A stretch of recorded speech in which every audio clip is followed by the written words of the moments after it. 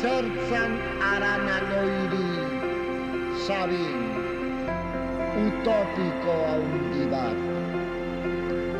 Utopikoak egiten dioten munduari aurrera arazi. Zuek utopikoak ekarriko duzute Euskadiko askatasuna!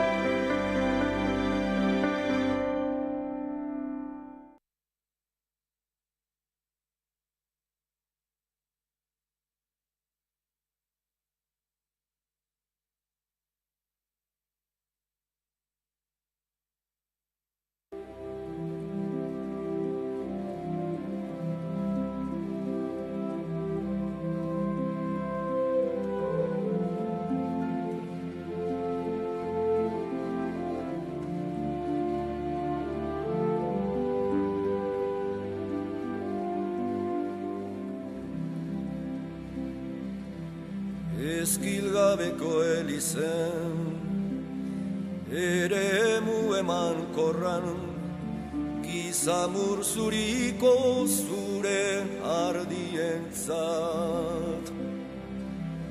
Oi baldor bat, oi baldor bat,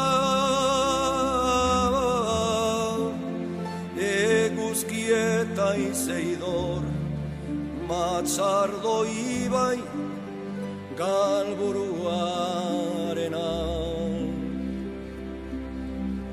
Lur gorri harri landu, mailu eta xixelaren kantu, gigitarra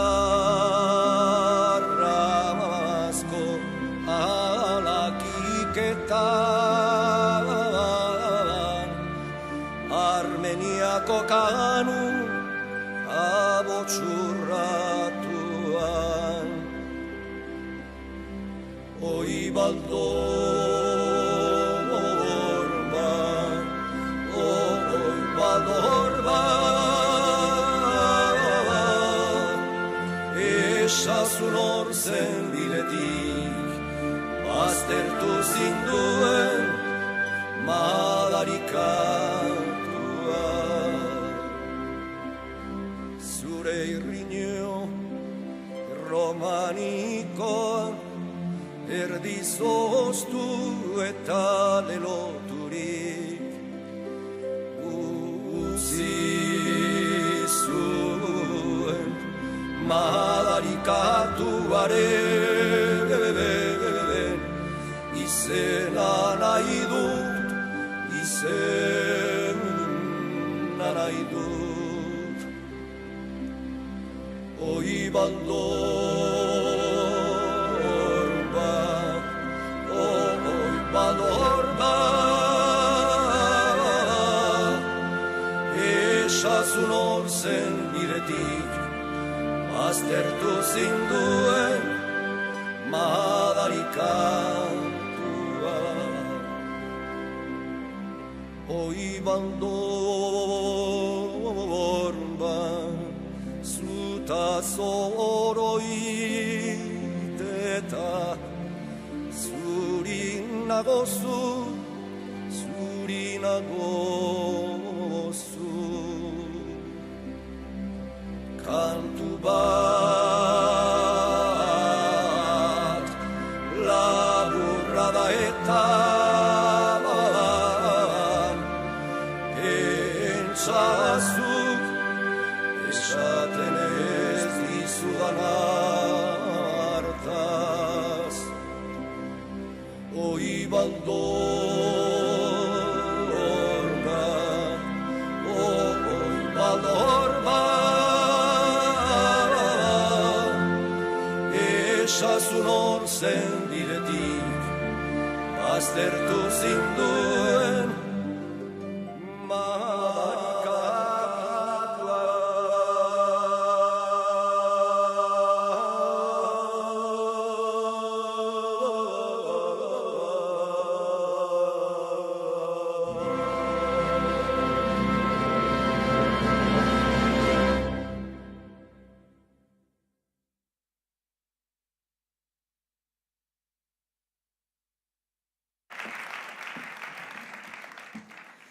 Kaixo, arratsaldeon. Beste batzuk politagoak ziren, baina ikusi gabe neukan, eta niri asko gustatu zait, ze erabateko konfiantza faltarekin begiratzen zenion Xabier Arzallus. Kaixo, arratsaldeon denoi, eskerrik asko hemen egoteagatik. Azken urteotan egia esan Bergarara etortzen naizen guztietan akordatzen naiz, gure Arbasoen gelain argi biziz eta hain zu iraungi ezeinarekin iluminatzen duen Telesforo Monzonekin, ezinbestean akordatzen naiz. Ola Sodorrera etortzen naizelako, bertako patronatoren bileretara. Eta azken aldian, sari honen harira, etorren naizenetan eta buruan esan dudanean, sarri esnatorrenean ere bai, akordatzen naiz, azken aldi honetan hain gurea eta nire ustez hain euskalduna den utopiarekin.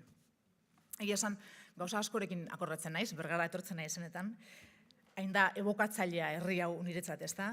Telesfororen eta zuen herri hau, eta pentsatu nahi dut gurea bezain nirea den herri hau. Tungstenoarekin akordatzen naiz, jakina, hitz arraroi diedan pasioagatik behar bada, hitz sonoragorik nek ez dagoelako. Eta burura etortzen zaizkit, Eluia Rabizeneko bi anai, izen hori ere sonoroa da. Bi euskaldun izan zirela, ondo akordatzen manez nire kimika klaseetatik, taula periodikoari bere elementurik gogorrena eman ziotenak eta elementurik trinkoena. Wolframioa, beste izen sonoro bat esateagatik. Ezagutzen diren elementu guztien artean esaten dute irakite punturik altuena berak daukala. Beraz, oletan lehenik, eta labe garaietan gero, metalak urtzen, irakiten, malgutzen eta jotzen trebatu garen euskaldunok, gizon eta emakume gogor eta herri aski gogorra izatearen ospea dugun euskaldunok topatu genuen elementurik trinkoena, gogorrena, irakite punturik altuena duena. Gogorrak izan gara euskaldunak, harriak bezain. Gure lehen poeta zibilak begiak itxi zituenean eta bere baitara begiratu zuenean, bere barneko katedralean sartu zenean, eta poesiak esaten ziona bere belarri sobrenaturalarekin entzun zuenean, harriak ikusi zituen. Harrizko herri bat ikusi zuen. Euskal Herria eta Euskal Harria biak batera ikusi zituen, harri eta herri. Bere poesia imaginatu zuen herri hori kolpatzen, aldatu egin nahi zuelako herria. Herri horrek andretzeko eta gizontzeko sasoia bazuela sinitzeta zegoelako. Herri hori aldatu nahi zuelako kolpeka. Hau ez da poesia, idatzi zuen Gabriel Arestik, hau mailua da. Poesia zen, baina mailu bat ere bai. Metalgintzako langileen herri batek behar bada ezin zuen bere modernidade literario hasteko Aresti baino gizon egoskorragorik aurkitu, ez beraz egokiagorik ere ez. Kanpotik esaten dutenean, uste dut apur bat mindu egiten garela, oskolaren azpian apenas daukagulako azalik, imagina daiteken bezain zaurgarria garelako euskaldunak, eta imaginatzen duguna baina apur bat gehiago esan genukenik. Baina euskaldunok bagara egoskorrak, esaten diguten bezala, baita oso egoskorrak ere. Detaile bat, duela gutxi konturatu nintzena. Batzu pentsatuko dute kasualidadea dela, baina nik ez dut uste. Metalgintzako langilez gain, metalak jo eta metalei forma eman dien herri bat izateaz gain, artisten herri bat ere izan gara tarteka. Eta artista horien artean bereziki eskultoreak eta musikariak izan ditugu. Alegia, alde batetik izan dugu formari bueltak ematen aritu izan direnak eta metalei bueltak ematen ari izan diren artistak, eta beste alde batetik izan ditugu tresnak jotzen zituzten artistak. Oteizaren eta Valentziagaren maila batean herria, Iparragirreren herria izan da, Gaiarrerena, Sorozabalena, Sarasaterena, Arriagarena, eta Ziburun jaiotako Rabelena eta ona kasualidadean esaten izuena. Berak idatzi zuen, nik uste euskal artista batek egin duen musika piezarik unibersalena edo ezagunena, boleroa. Erritmo eta tempo alda ezinak dituen melodia bada, melodia obsesibo bada, eta konposizio musikal bezala bere izen teknikoa ostinato bada. Beraz, euskaldun batek idatzi duen piezarik unibersalena ostinato bada. Jose Azurmendik euskaldunak behar bada beste inor baino hobeto ikusi eta ulertu eta maitatu gaituen pentsalariak, eta pentsatzen irakatsi nahi esan digun euskaldunak, euskaldunontzat Sisiforen mitoa mito positiboa dela esan du. Guretzat, harria, nora eta mendian gora eramatea, eta erortzen denean berrez saiatzea, mendian gora berriz, ez dela gauza txar bat. Behar bada Sisifo ez da kondena bat betetzen ari, behar bada Sisifo utopiko bada. Lanean dago azken baten gora eta bera, behar bada ez dago kondenatuta, eta nork esan du beste aukera bat izatea harria gora eramateko kondena badenik. Sisifo guretzat miresgarria da, eta behar bada bate daki zoriontsua ere bai. Sisifo ez delako errenditu. Idatzi dugu eta egia da borroka galdutatik gatozela, baina hemen gaude, esan zuen itoitzek, eta postutzen naiz. Frakasatu berriz, esan zuen idazle maite batek, frakasatu hobeto Samuel Becketek, eta esan nahi diot Becketi lasai dadin guk horretan ari garela. Euskaldunontzat egoskorkeria ezinbestekoa izan dela esan nahi dizuet, eta Euskaldun sortzeaz gain tematu egin garela Euskaldun izaten. Eta tematuta jarraitzen dugu, egoskortuta jarraitzen dugu. Eta ondo egiten dugula uste dut. Zer egingo dugu bestela. Egoskorkeriari gabe ezin da harrien arotik herri bat bizirik atera, ez dut uste. Egoskorkeriari gabe ezin du bere hizkuntza, bere arrisko hizkuntza txikia defenditu. Otsoen kontra, zikatearen kontra, lukurreriaren kontra. Gure egoskorkeria historikoa uste dut gure utopiaren forma ere badela.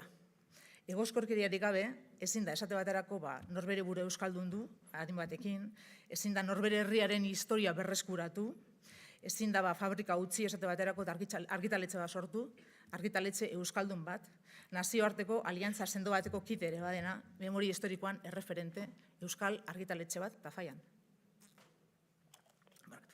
Tafallatik etorri da gaur gure saritua.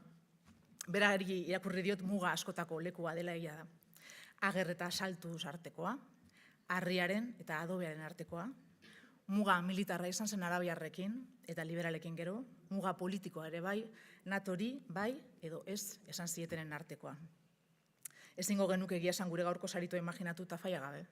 Eta besteak beste, ez bakarrik, baina gure gaurko sarituari esker ere, ezingo dugu, ez guk, ez beste inork, Euskal Herria, ez orain, ez beste inoiz Tafalla gabe imaginatu.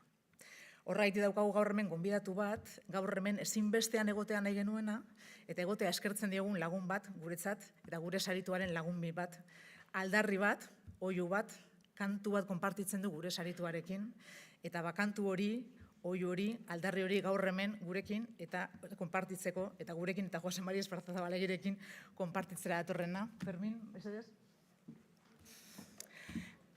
Izan ere, uste dut ez dela animatzen.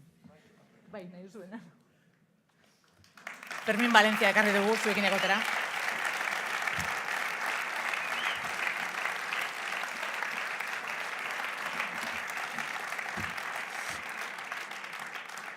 Izan ere, ona iritsita ez dut uste sorpresa bat denik ze kantu eskatu diogun Fermini jotzeko, beste bat ezin zan izan. Izan ere, berari esker ikasi dugu denok, ez bakarrik Tafallakoek, Tafallak negar egiten badu, Euskal Herriak negar egiten duela. Baina Tafalla kantuz egiten baldin badu, Euskal Herriak ere kantatzen duela.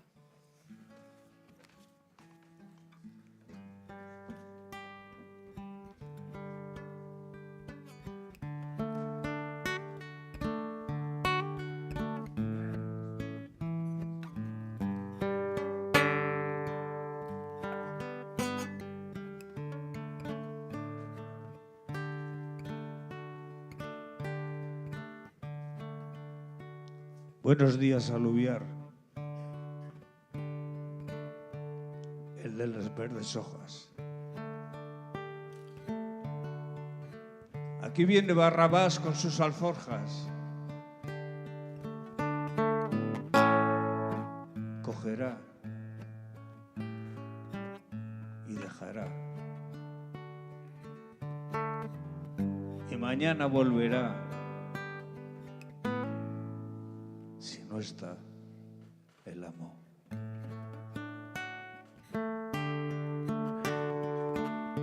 Abrir las ventanas por la amanecida, Macocha, Valgorra, la raín valdetina,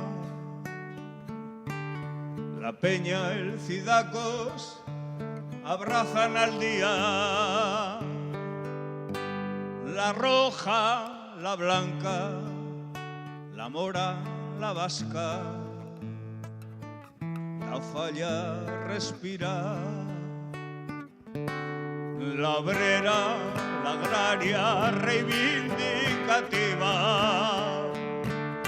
si vive Tafalla,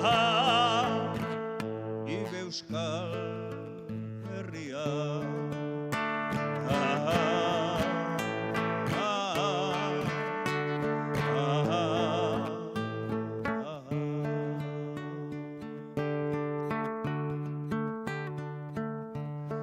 El surrolite, la Valdorba encima, Usue, Artasona, hermosas vecinas, lengua vascona sus campos habita. Espuendas, bardachos, bicharras y rascos, que airosa camina. La ilustre, la llana, la flor, la semilla, si luce eta falla, luce Euskal Herria.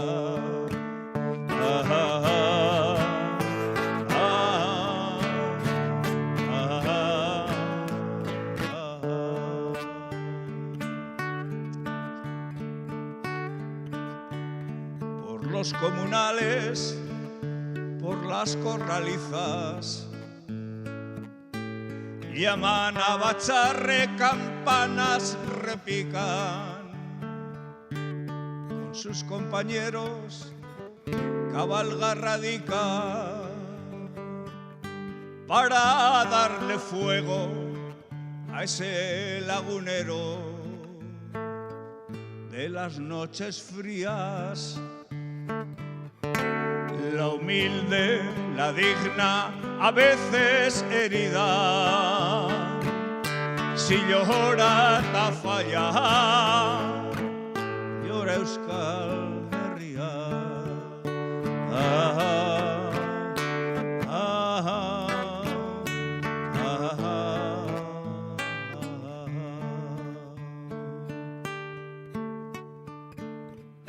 Que cante el colaino para su Pepita, que suenen las jotas de abajo las quintas, que toquen los pajes por las cuatro esquinas, que salgan auroras, que chistus y rondas vengan en cuadrilla. La antigua, la joven, la tuya y la mía, si canta ta falla, canta Euskal Herria. La obrera, la agraria, reivindicativa, canta José Mari, canta Euskal Herria.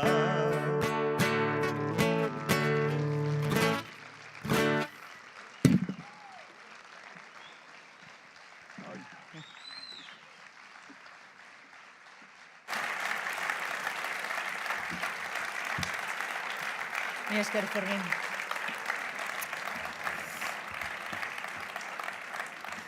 Agenekien hau zizala azteko modurik onena. Duela aste batzuk Euskal Utopikoak sari hau jasoko zuela jakin eta hurrengo gunean, berak ez zuela uste saria merezi zuenik esan zidan Jose Mari Esparzak, baina esaten baldin badugu hasieran nioen bezala Euskal Utopikoa izatea, euskaldun egoskor bat izatea dela azken batean. Edo egoskorkeria euskaldun bat defendatzea orduan ikuste ez daukala erraz, hain erraz behintzat merezi ez duela esatea. Baina ez naiz ni, jakina Jose Mari Esparzak sari hau merezi duela dioena, eta ez dira Bergarako udala eta Olaso Dorrea sari hau merezi duela uste duten bakarrak. Eta ez gara ez da hemen bildu garenok ere, sari hau merezi duela uste dugun bakarrak.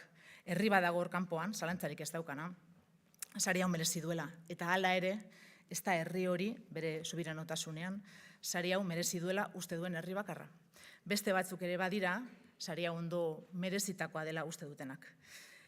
Ameriketatik, Euskaldunok eta Hego Ameriketako herri libre konpartitzen dugun arbaso batek libre esatera ditu zituen Simon Bolivarren Ameriketatik.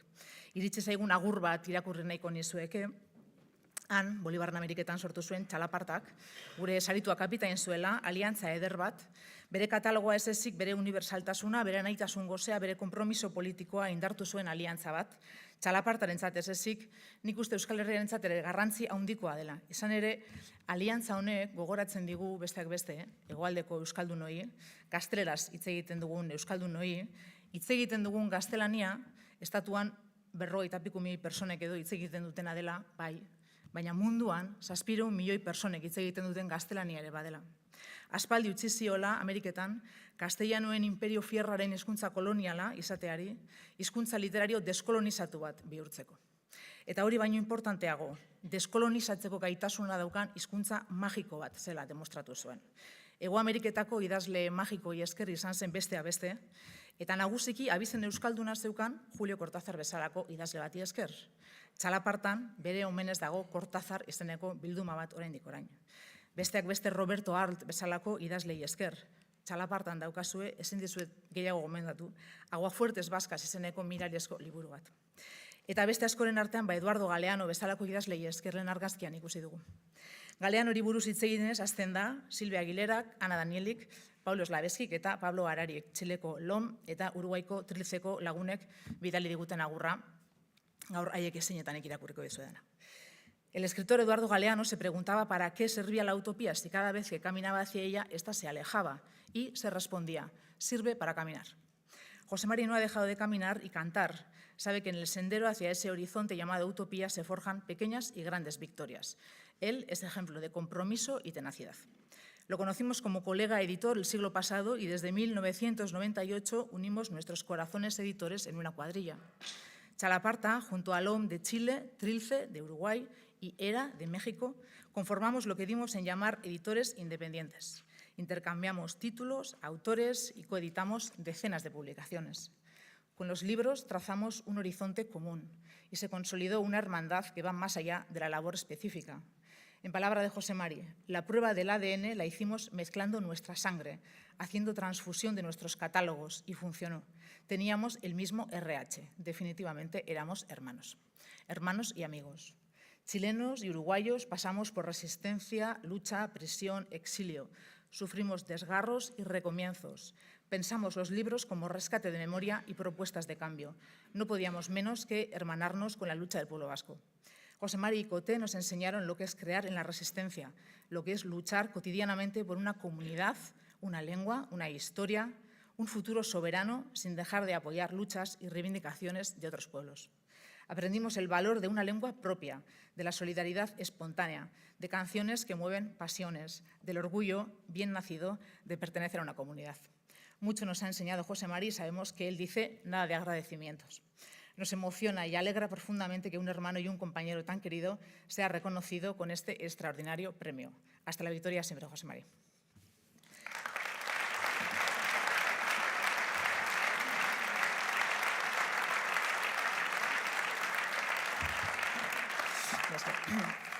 Gure sarituak ez du kontatuko, baina jakezue askotan eskatu ziotela kondena hitza esan zezala Eduardo Galeanori, Euskal Gatazkari buruz hitz egiterakoan, eta hitzen botereaz asko zekien idazle kolosal eta gizon kolosal honek, inoiz ez zuela hitz hori esan. Eta horregatik idatzi ziola besteak beste dedikatoria batean gure sarituak, eskerrik asko Eduardo zure hitzengatik eta bereziki zure isilunengatik. Gaur ez isilunengatik, gaur hitzengatik emango dizkiet eskerrak Hego Ameriketako lagunei eta eskatuko diet, hain zuzen ere hitz egitera, igo daitezen honan irekin esenatokira, Monzon Ganuza sari honen bultzatzaile diren bi instituzietako ordezkariei. Iratxe Esnaolari eta Gorka Artolari.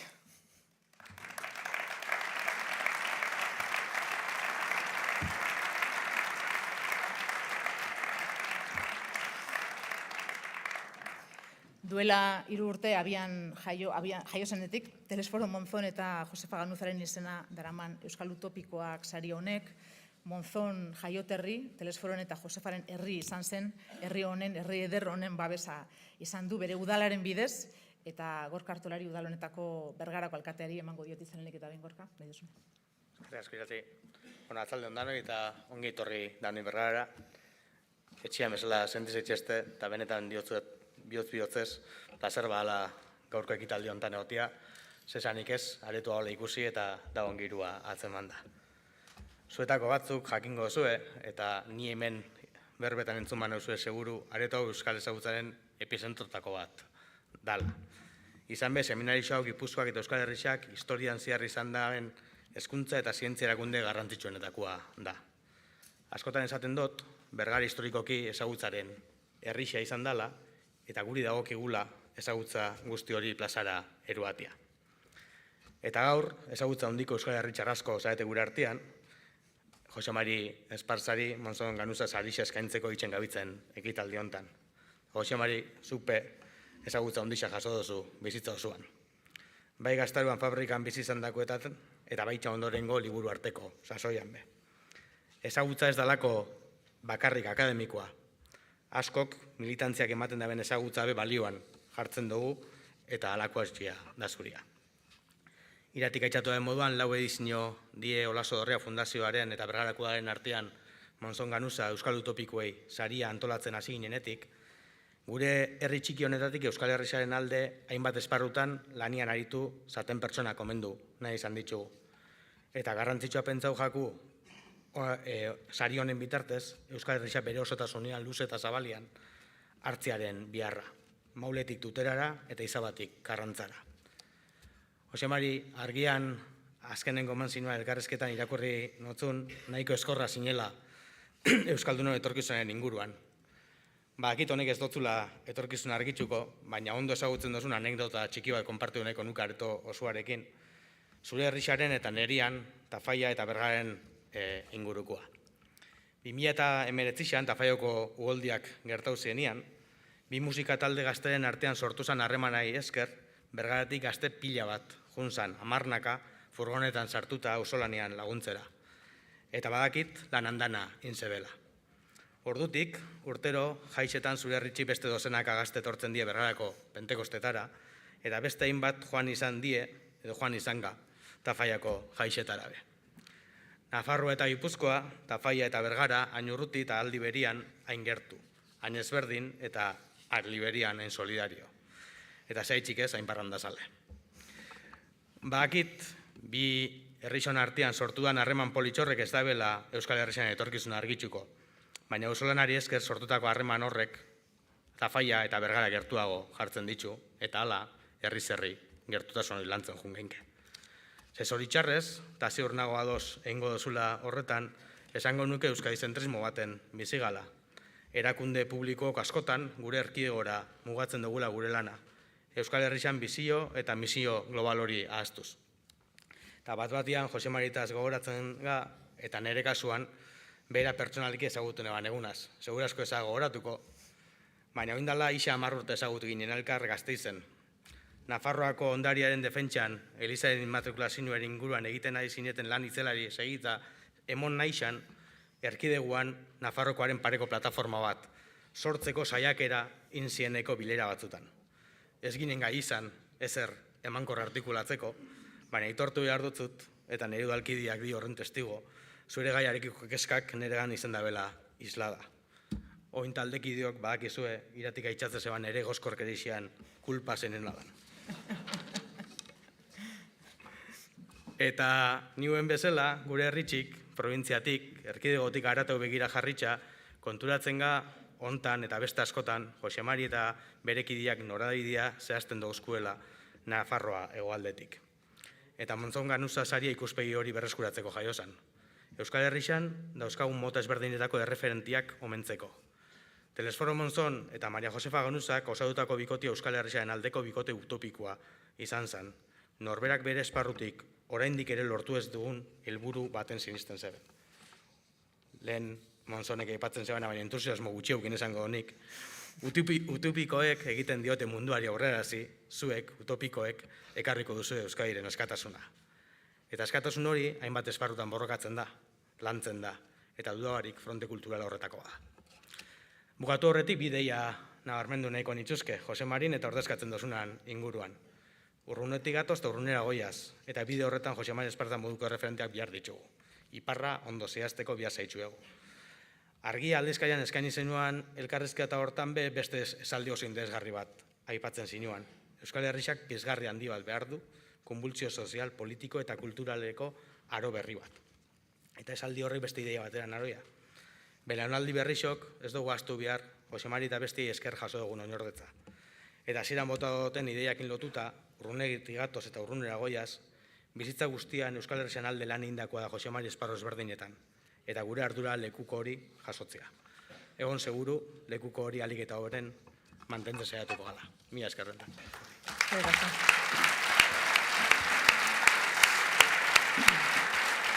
Dakizuenez, Dakizuenez, Euskararen eta Euskal Herriaren alde bizitza oso baten egindako lana eta konpromisoa aitortu nahi ditu sari honek. Gaur baino lehen Gorkak oso modu elegantean zuzendu nik lehen gaizki izan dudana, efectivamente, 4 aldiz eman dena. Ondo merezita Jose Luis Olkorok, Mari Carmen Aiaztuik, Libe Goñik eta Xabier Amurizak jaso duten sari honek eta urte merezimendu osoz. Jose Mari Espartzak, hain zuzen ere Euskararen eta Euskal Herriaren alde bizitza osoan egindako lanagatik eta konpromisoagatik. Iratxe ez nahola, Golaso Dorreko presidenteak, gogoretuko digun orden gure gaurko saritua. Arratsaldeon, danoi. Laugarren Monzon Ganuza saria da, aipatu den bezala, eta zuretzat da, Jose Mari. Monzon Ganuza saria Euskal Herriari bere kultura, hizkuntza, historia eta etorkizunari bizi osoko lana eskaini diozuen herritarrak omentzeko sortu genuen, herri honekiko maitasuna, euskarari eta kulturari emaniko lehentasuna, batasunaren malioa.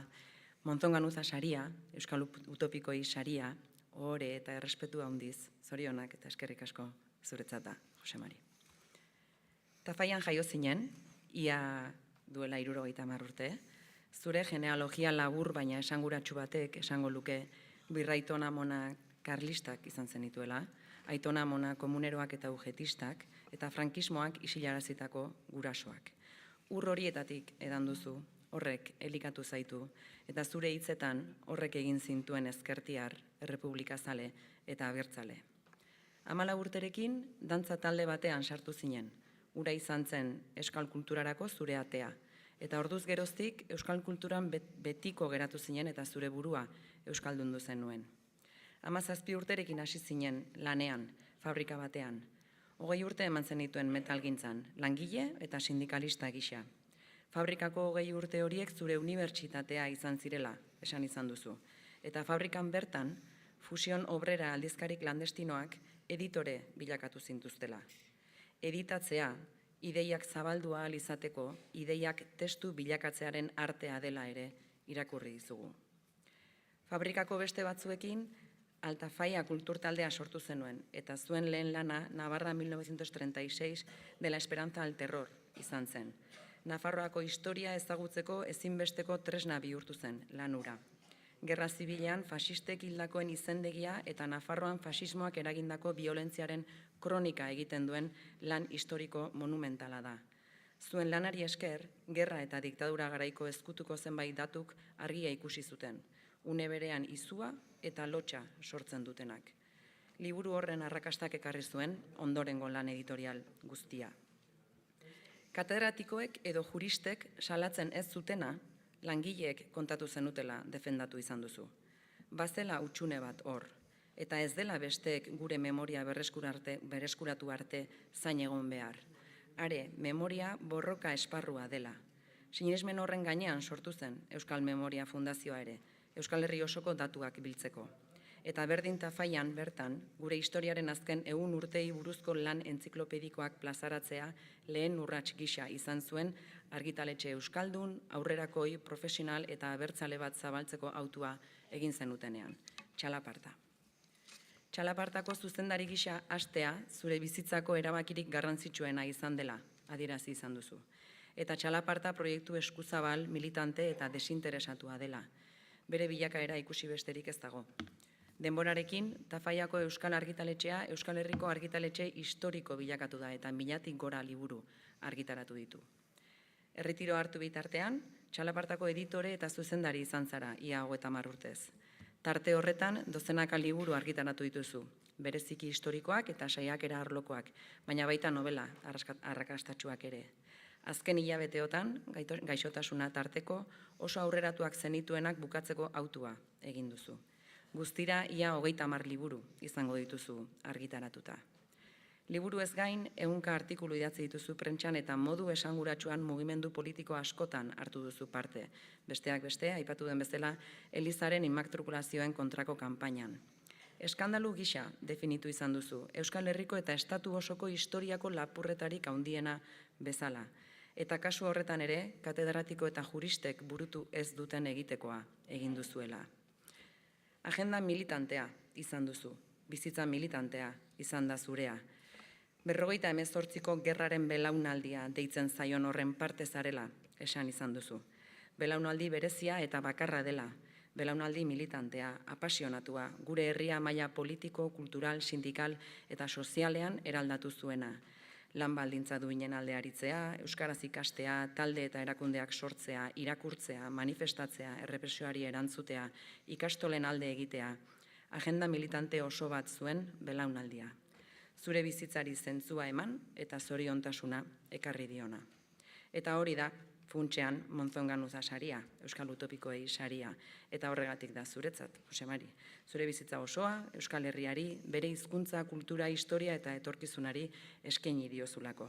Zorionak bihotz-bihotzez eta mila esker herri honi eman diozun guztiagatik.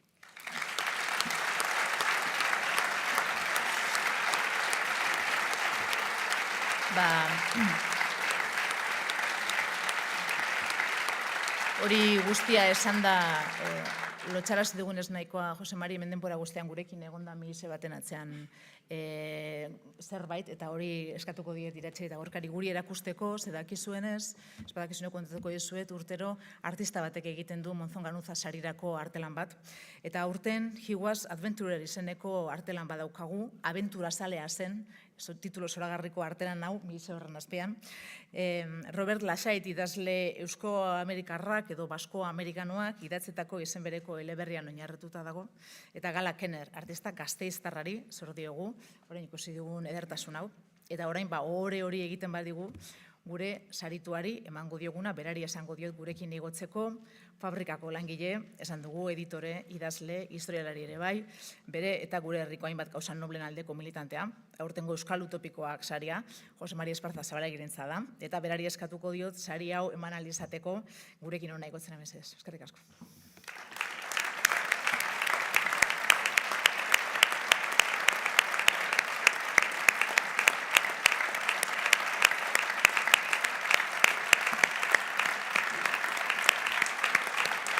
Eskerrik asko eta zorionak jakina.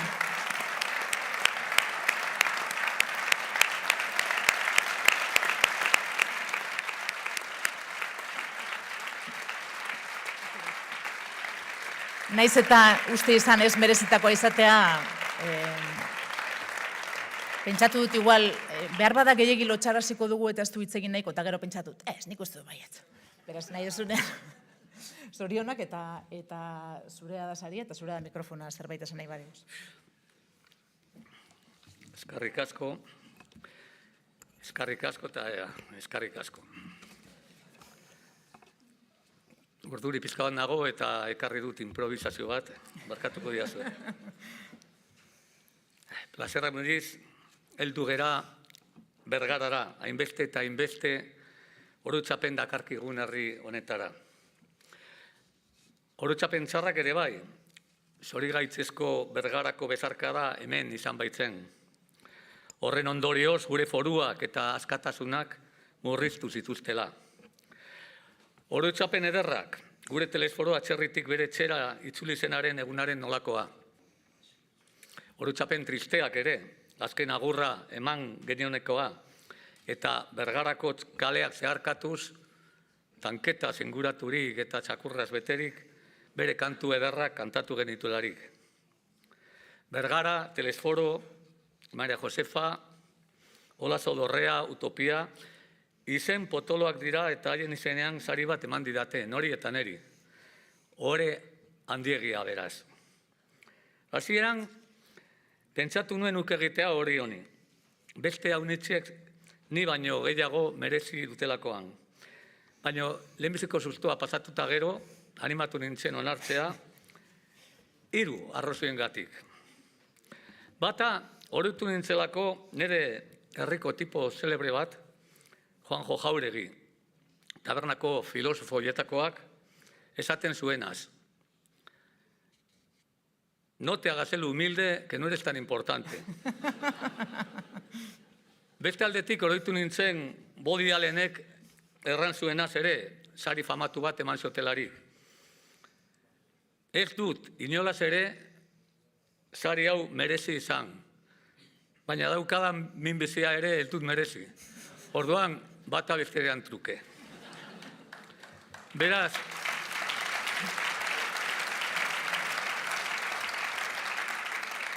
hirugarren arrazoina importantena da. Zorionez, Euskal Herrian badira jente asko utopia saria merezi dutenak. Euskal Herriaren alde guztia eman dutelako eta gure herria bizirik mantendu dutelako. Hemen, areto honetan badaude asko. Zenbat gizon eta emazte ez dira izan herri honetan, utopiaren alde amesten, borrokatzen, dena ematen. Zenbat preso eta hilak, zenbat itziarren seme-alaba, zenbat langile, sortzaile, mila mugimenduko militante. Oraindik ere kartzelan edo atzerrean daukagula. Bizitza osoa emanik, beti Euskal Herria helburu. Horregatik gaur arnazazuen ni beraientzako bitartekari. Bihotzez diot, utopia saria haientzat guztientza da, ezinbestez. Gaur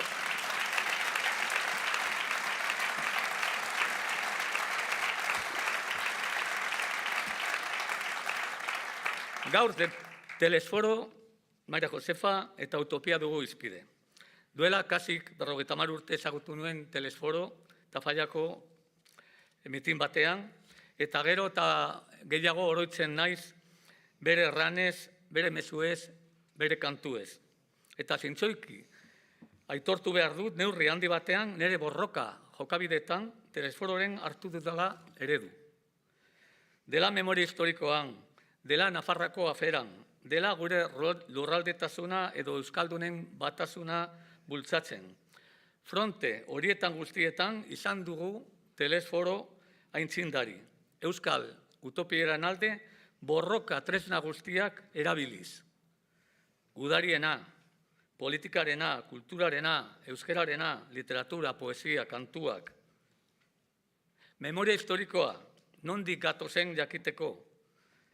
Erresistentzia guztiak batuz, saseta eta txikia, enbor bereko espalak, 36ko gudariak eta 98ko gudariak, berdinak, utopikoak.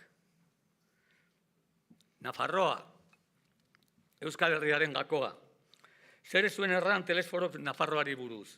Zenbat aldiz irakurri dugu El Jarrón Roto artikuloa. Zenbat aldiz esan genuen berarekin Nafarroari gabe ez da pauso bat ere.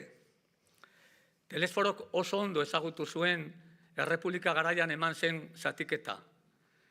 Eta inor ez bezala borrokatu zuen berriro errepika ez edin. Espainiako konstituzioarekin zatiketa eman zen.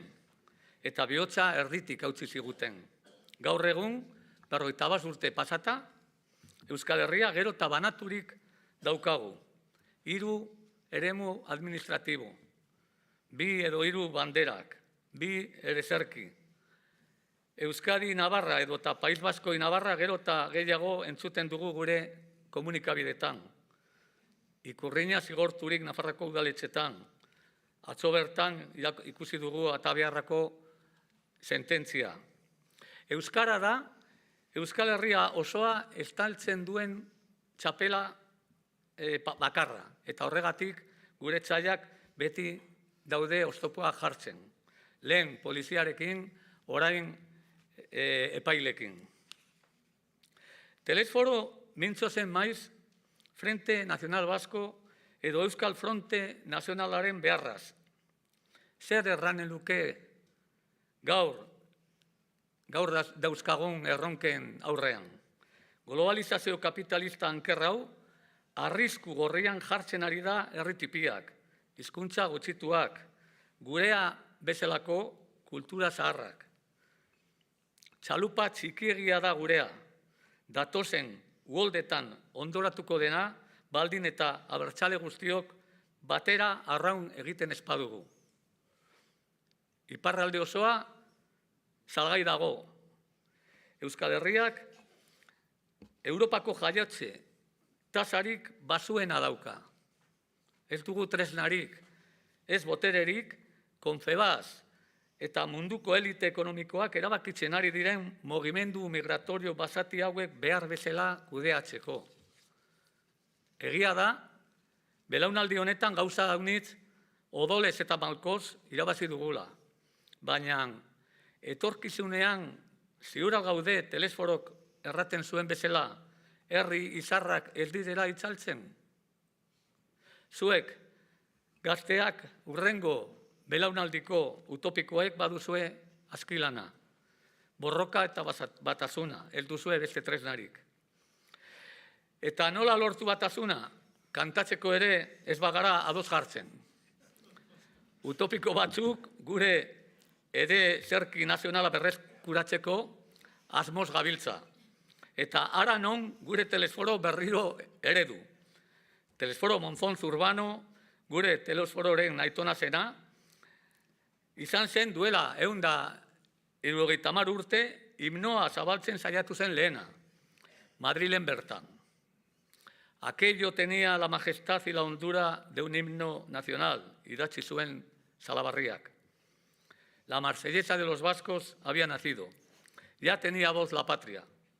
Eta gero telesforo biloba, behin eta berriro ikusi dugu, Errepublika garaian, estaturen aldeko asambleetan, edo, beranduzeago, itxasun, lehenbiziko aberreguna ospatu zelarik, Krudbin, Etxebarrieta, eta belaunaldi berriaren beste utopikoekin batera gure zerki nazionala kantatzen.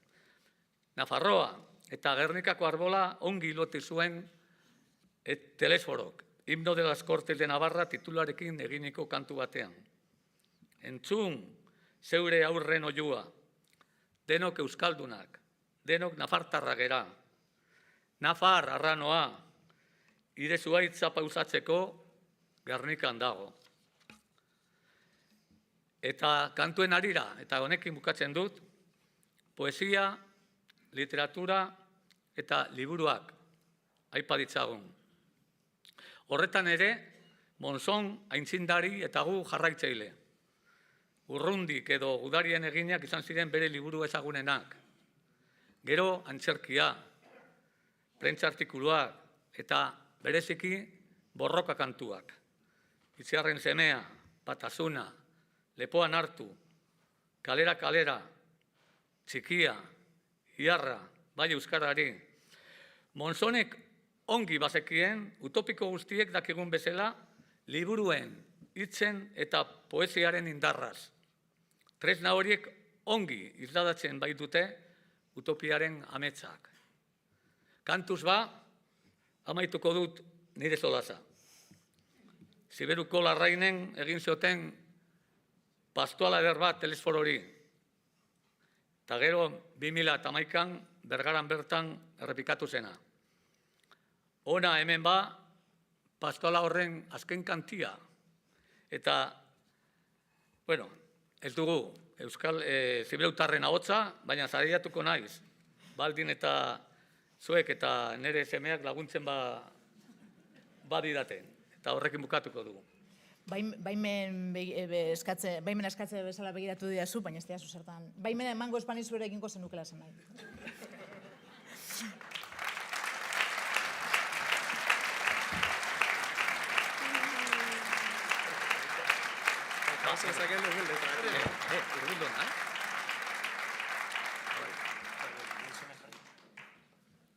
Larraine gora da bortean, jarririk horien altzoan, sarturik ene odolian, da berria zutik Euskal Herria.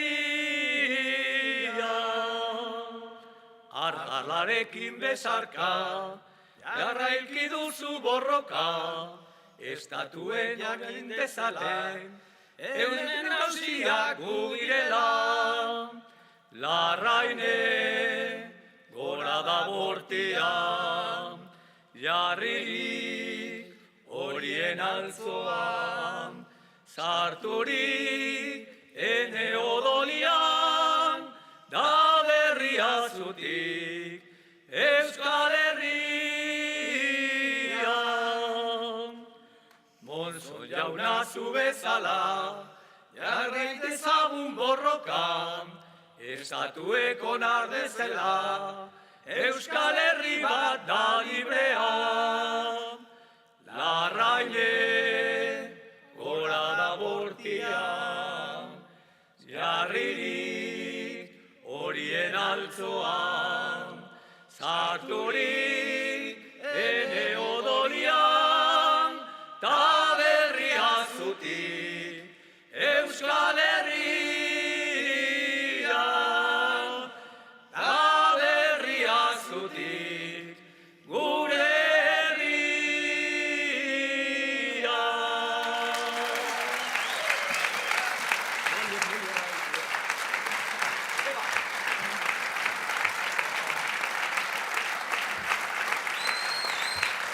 aitortuko dizuet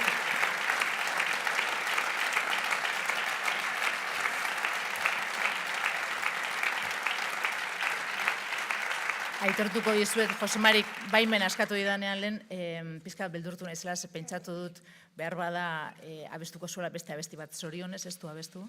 Ze kanta Tafaia kanta Euskal Herria esanez hasi gara, baina orain ongi etorri eman daitezken atokira bukatzeko Alai Berri taldeko musikariei. Sartu nahi desuan, hementxe daude zai, eta behar bada pentsatuko zuten. Eta, bai ez? Bagatoz. Esan dugu kanta Tafaia kanta Euskal Herria esanez hasi dugula ekitaldia eta ezinbestean horrela hasi behar zela nik uste dut ez, Josemaren Itzasari bat. Baina ezinbestean bukatuko dugu musikarekin ikusi duzue. Eta bukatuko nahi nuke hori ere esango dut ezinbestean Josemarik berak aipatu den Gernikako arbolarekin.